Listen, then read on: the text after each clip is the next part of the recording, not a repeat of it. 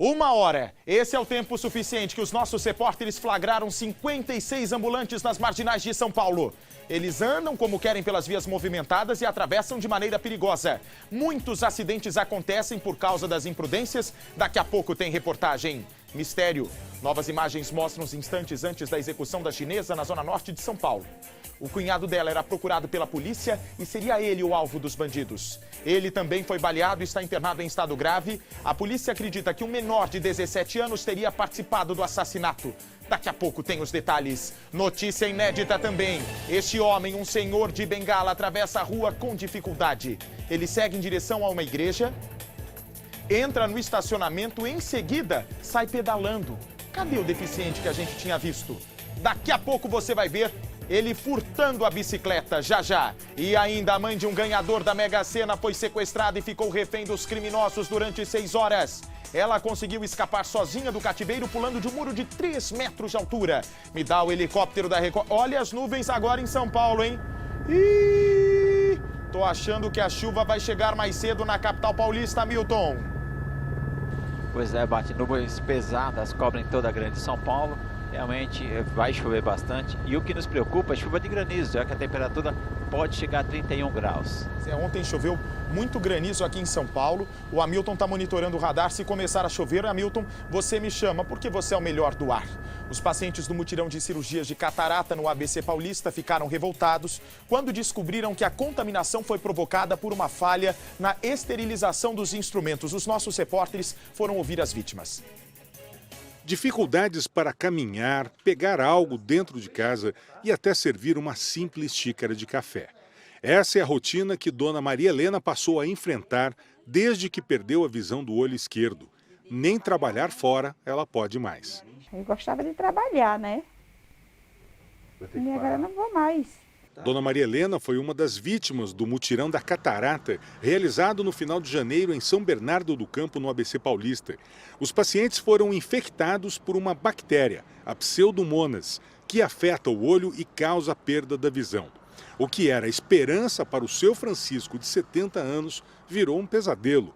Agora ele só enxerga 10% com o olho que não foi operado. Eu enxergo pouca coisa, né? Só que desse aqui eu não vou fazer, não. Uma sindicância realizada pela Prefeitura de São Bernardo do Campo concluiu que a bactéria só se espalhou entre os pacientes porque a equipe médica do mutirão cometeu várias falhas. A principal delas foi ter reaproveitado o material cirúrgico de um paciente para o outro sem ter feito a correta esterilização do equipamento. Este oftalmologista mostra a maneira correta de abrir o kit para não comprometer a higiene do equipamento e afirma que não é tão simples uma nova esterilização do material como foi feito no mutirão. O que estão colocando é exatamente isso aqui. Esse material aqui, ó, que é o material mais complicado, é onde potencialmente ocorreu a inflamação. O laudo afirma ainda que a equipe médica cometeu várias outras falhas durante o processo. Entre elas, a não higienização das mãos e a falta de troca dos aventais cirúrgicos. Essa aqui é uma fita de identificação e essa fita aqui é uma fita que identifica que esse campo todo fez o ciclo. A equipe era comandada pelo oftalmologista Paulo Baração. Ele disse à polícia que usou instrumentos próprios que foram esterilizados no dia anterior em um hospital de São Bernardo. O caso será encaminhado ao Ministério Público, Polícia Civil e Conselhos Regionais de Medicina e Enfermagem, que vão apurar a responsabilidade. Enquanto isso, Dona Maria Helena será obrigada a se adaptar a uma nova maneira de ver a vida. A pessoa perder a vista, como que ela se sente, né? Mulher acusa ex-marido de mandar matar o companheiro atual dela. Eles estavam separados há 2 anos e o nosso programa foi atrás dos detalhes. Acompanhe, Brasil. Shirley não se conforma com o assassinato do marido. Metade de mim morreu, a outra metade é do meu filho. Emocionada, ela nos mostra o banner que Maurício fez em homenagem a ela. Uma data muito especial. E quando eu entrei na sala, tinha "Eu te amo", tudo com pétalas de flores no chão, sabe? Homens assim não existem mais. Ele foi meu grande amor, ele era a minha vida, o meu tudo. Essas são as últimas imagens do marido de Shirley antes de ser atacado por criminosos. Cerca de 8 horas após a gravação do vídeo, Maurício estava morto. Um empresário, principal suspeito do crime, é Azodir, ex-marido de Shirley. Durante 17 anos, eles moravam juntos, mas ela garante que por 12 anos eles já estavam separados e dividiam a mesma casa. Azodir é dono de um zoológico em Santa Catarina. O local foi desativado pelo Ibama por maus tratos aos animais e por um elefante ter fugido. Shirley não entende como o ex-marido continua até agora livre da cadeia. Meu coração diz, sabe quando você tem a certeza que foi ele? Foi ele. No dia do crime, a Shirley já tinha saído de casa por volta de 5 horas da manhã para levar os filhos na escola. O Maurício saiu sozinho por volta de 6 horas da manhã. Chegou a tirar o carro dele da garagem e estacionou o veículo exatamente aqui. Só que depois disso, ele voltou para trancar o portão. O portão automático estava com problema. A cena que eu vi quando eu desci com o meu carro foi que eu já dei com a minha casa toda isolada. Muitas polícias aqui na frente. Eu mal consegui estacionar o meu carro aqui na frente. Minha casa isolada, eu não podia entrar. Meu marido já não estava mais aqui. Pelo horário que eles chegaram ao local, fica claro que eles tinham toda a informação sobre a rotina do professor. Naquele dia, Shirley havia saído de casa 20 minutos antes de Maurício. Nesta hora, os criminosos já estavam no local, esperando a vítima. Shirley está presa às lembranças do marido. E o meu marido? Está debaixo da terra. Ele está aí vivendo a vida dele, passeando de carro importado, indo em restaurantes. E eu, e os meus filhos? 7h35 em São Paulo, imagens ao vivo do helicóptero da Record. Um acidente agora na capital. Comandante Hamilton com informações exclusivas. Pois é, Bate, na entrada, na chegada a São Paulo pela rodovia dos Bandeirantes, um acidente envolvendo um motociclista e um automóvel está sendo atendido pela unidade de resgate aqui da concessionária que atende a Bandeirantes. Está sendo atendido nesse momento, é bem já na entradinha mesmo, já chegando aqui na Marginal Tietê. Vamos girando os repórteres da Record pelo Brasil. Agora helicóptero do Rio de Janeiro com protesto de taxistas. O protesto toma uma avenida inteira, Mário Augusto. Exatamente, Bate. Um grupo de taxistas parou o trânsito em vários pontos do Rio de Janeiro para protestar contra o Uber. Essa manifestação dos taxistas do Rio começou logo após as 6 horas no centro, na Zona Sul, na Zona Norte e Zona Oeste, impactando fortemente o trânsito da capital fluminense. A gente observa a movimentação, eles ocuparam todas as pistas das avenidas nessas regiões da cidade, viu, Bate, para protestar contra o funcionamento do Uber. Em Copacabana, na Zona Sul, essa região que a gente observa aí, segundo a organização do movimento, foram 300 taxistas ocupando as pistas integralmente, viu, Bate? Tá certo, daqui a pouco, não é, tomara que não tenha nenhuma confusão, mas os taxistas revoltados no Rio de Janeiro, daqui a pouco outras informações direto do Rio. 13 pessoas foram presas, suspeitas de fazer parte de uma rede de pedofilia que enviava fotos para os Estados Unidos. No computador de um dos envolvidos foram encontrados 50 mil arquivos de fotos ilegais. Quando a polícia entrou na casa, pegou o suspeito em flagrante. Vamos ter as informações da reportagem inédita aqui. 13 pessoas foram presas, 5 em Sorocaba, 2 em Itapetininga e 6 em São Paulo. A investigação, iniciada em janeiro, identificou uma rede de pedófilos que compartilhava imagens pornográficas de crianças e adolescentes pela internet. A investigação começou a partir de uma denúncia da Polícia Federal Americana de que pedófilos brasileiros estariam enviando imagens de pornografia infantil aos Estados Unidos. A quantidade de material apreendido é impressionante. Um dos pedófilos foi preso no momento em que compartilhava as imagens.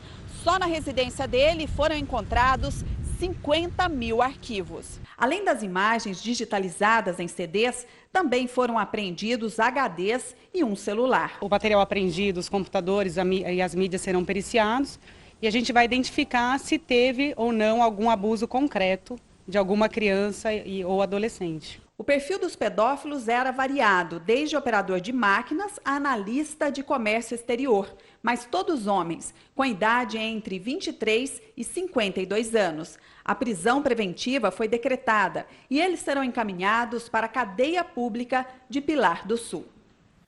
Minha gente amiga de São Paulo, a ação do homem que invadiu um fórum e fez uma juíza refém levanta uma questão importante. Qual segurança em fóruns e prédios do Ministério Público nós temos? A segurança está frágil. Ontem, inclusive, durante uma audiência, um preso conseguiu fugir dentro do fórum da Barra Funda aqui em São Paulo. Acompanhe. Não houve expediente no fórum durante todo o dia. Audiências canceladas, entrega e retirada de documentação suspensa. Viagem perdida total, né? Apenas funcionários da administração e da empresa terceirizada de segurança puderam entrar. Eles avaliaram por horas o local por onde o agressor passou e as possíveis falhas na vigilância do prédio. Quero televisão aqui agora. Claro, já pedimos, tá vindo, ó. Tá vindo. Tô sem arma, pô. Fica calmo. Durante 20 minutos, a juíza da Vara de Violência Doméstica, Tatiana Moreira de Lima, foi mantida refém. Tá filmado isso aí? Tá. Descontrolado, Alfredo José dos Santos ameaçava incendiar a mulher. Ele havia despejado um produto inflamável na juíza e segurava um isqueiro. O homem entrou correndo aqui pela saída do fórum, onde não há detector de metais. Um segurança chegou a atirar na direção do agressor, que conseguiu fugir, despejando gasolina pela escadaria do prédio. Ele ateou fogo e seguiu para a sala da juíza. Alfredo levava na mochila garrafas com gasolina e outros produtos inflamáveis. Ele tinha uma audiência marcada com a juíza no processo em que é réu por agredir a ex-mulher. Ele foi preso por tentativa de homicídio e uso de explosivos. A Vera é escrevente no fórum. Contou que o pânico foi generalizado e questionou a segurança no local. Realmente existe sim uma falta de segurança nos prédios. Este promotor já foi vítima de uma tentativa de ataque parecida. Um homem tentou invadir a sala dele com produtos inflamáveis. Dizia que ia queimá-lo vivo. Eu descobri que se tratava de um réu aqui de Guarulhos, inclusive. Já existia contra ele 2 processos por incêndio e estava me procurando por conta dessa questão de eu ter, em tese, colocado um amigo dele na cadeia. Rodrigo Merli diz que a segurança em fóruns e prédios do Ministério Público, em geral, é falha no país inteiro. Em Guarulhos, por exemplo, onde ele sofreu a ameaça, o detector de metal não funciona há meses. Foi encontrado uma faca, um canivete, na plateia do plenário do júri. Isso porque, obviamente, essa pessoa conseguiu passar pela segurança. A Associação Paulista dos Magistrados fez uma manifestação em frente ao Fórum Criminal da Barra Funda, pedindo a criação de uma política nacional de segurança aos juízes. Infelizmente, o número de seguranças particulares, né, é uma empresa terceirizada, o número deles é insuficiente para controlar o acesso de pessoas aos fóruns. Olha, falando ainda em episódios graves nos fóruns de São Paulo, vejam comigo o que aconteceu aqui no Fórum da Barra Funda em São Paulo. Um preso que seria ouvido numa audiência fugiu e se escondeu dentro do Fórum da Barra Funda, Renato Lombardi. Pois é, ele foi levado para uma audiência. Aí estava numa sala, quando o juiz mandou buscá-lo para que ele fosse ouvido, ele estava preso num presídio aqui da capital. Foram buscá-lo e o preso simplesmente havia desaparecido. Aí começou uma busca intensa no presídio do Fórum da Barra Funda, que é o tribunal de júri, um dos maiores do país. Se procurou acreditando que ele tinha fugido pela tubulação de esgoto e aí simplesmente, depois de quase 40 minutos, ele foi encontrado escondido dentro de uma sala. Um terror, um pavor já acontecendo novamente aqui em São Paulo, envolvendo a justiça aqui, viu, Bate? Valeu. Pede para soltar o Falcão Branco aí, Lombardi. Solta o Falcão Branco. Solta. Tá arrebentando, deixando o passado para trás. O pesquisador que desenvolveu a chamada pílula do câncer é acusado pela USP de distribuir o remédio sem ter habilitação médica, o que é considerado ilegal pela justiça. Ele já foi ouvido pela polícia e nega o crime. Veja comigo. A Universidade de São Paulo, a USP, acusa o químico Gilberto Chierici de curandeirismo e também por expor a vida de outras pessoas a perigo iminente. Ambos os crimes estão previstos no Código Penal nos artigos 284 e 132.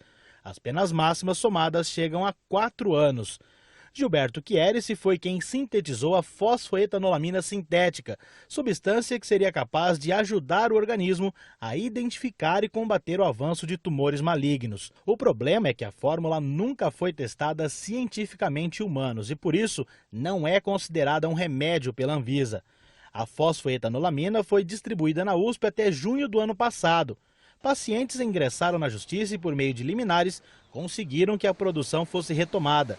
Mas em novembro, uma nova decisão judicial impediu a distribuição da substância. O pesquisador falou conosco por telefone, mas preferiu não dar entrevista. Disse apenas que apresentou à polícia documentos provando que a universidade havia firmado um convênio com o Hospital Amaral Carvalho de Jaú para o teste em humanos e que ao longo desses quase 20 anos, todo o departamento de química sabia que as cápsulas eram distribuídas. Gilberto Chierici afirmou também que não cometeu crimes, já que a substância comprovadamente não provoca nenhum tipo de efeito colateral ou causa risco às pessoas. Ele garantiu também que jamais sugeriu aos interessados suspender qualquer tipo de tratamento sugerido pelos médicos. O pesquisador Salvador Claro Neto e o diretor do Instituto de Química Germano Tremiliosi Filho já foram ouvidos. O próximo passo da polícia será coletar depoimentos de pacientes que usaram a fósfo. O delegado acredita que em no máximo 20 dias o inquérito será concluído e encaminhado ao Ministério Público. Pois é, eu sugiro aí para as autoridades, não é, que estão denunciando ele por curandeirismo e crime contra a saúde pública, para que coloquem os pacientes com câncer que foram beneficiados aí por essa pílula para julgar esse homem, não é? Enquanto tem um monte de gente que não faz nada, esse homem pelo menos tentou fazer alguma coisa e fez essa pílula que, segundo muitos pacientes, foi fundamental no tratamento delas. Pergunta para um paciente terminal. Pergunta para um paciente terminal o que ele acha dessa pílula. Uma pessoa que teve a morte praticamente decretada por um oncologista. Pergunta o que esse paciente acha dessa pílula. É só isso que eu pergunto para as autoridades. Nesta segunda, estreia na Record a nova temporada de Os 10 Mandamentos, logo depois do Cidade Alerta. Gente, é uma novela que vai parar o Brasil. Um dos maiores sucessos da teledramaturgia brasileira nos últimos tempos, sucesso também de bilheteria nos cinemas, agora de volta à Record nesta segunda-feira com a temporada inédita. Não perca! 8h30 da noite, toca o galo mais amado do Brasil para os 10 Mandamentos, que está de volta nesta segunda-feira.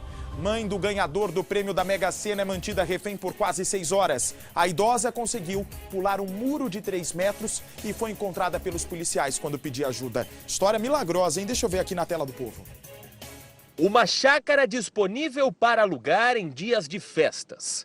O local escolhido por uma quadrilha para ser um cativeiro. O sequestro que movimentou a polícia da região durou menos de 6 horas. A vítima escolhida pelos criminosos é uma mulher de 66 anos, mãe de um dos homens mais ricos da cidade de Santa Bárbara do Oeste. Um empresário que em 2014 foi sorteado na Mega Sena, recebendo um dos maiores prêmios já pagos pela Loteria Brasileira. 111 milhões de reais. Essa abordagem foi feita na casa por 2 pessoas supostamente armadas com metralhadoras que renderam e a levaram de dentro da residência. Enquanto a mulher estava nas mãos dos criminosos, a família recebeu uma ligação.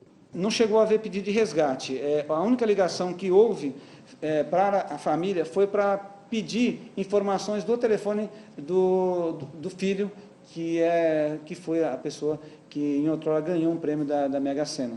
Porque conclui-se que provavelmente queria entrar em contato com ele e negociar o resgate, negociar a libertação dela diretamente com ele. A Polícia Civil analisou o local para entender o que havia acontecido e descobriu que a vítima conseguiu fugir dos sequestradores.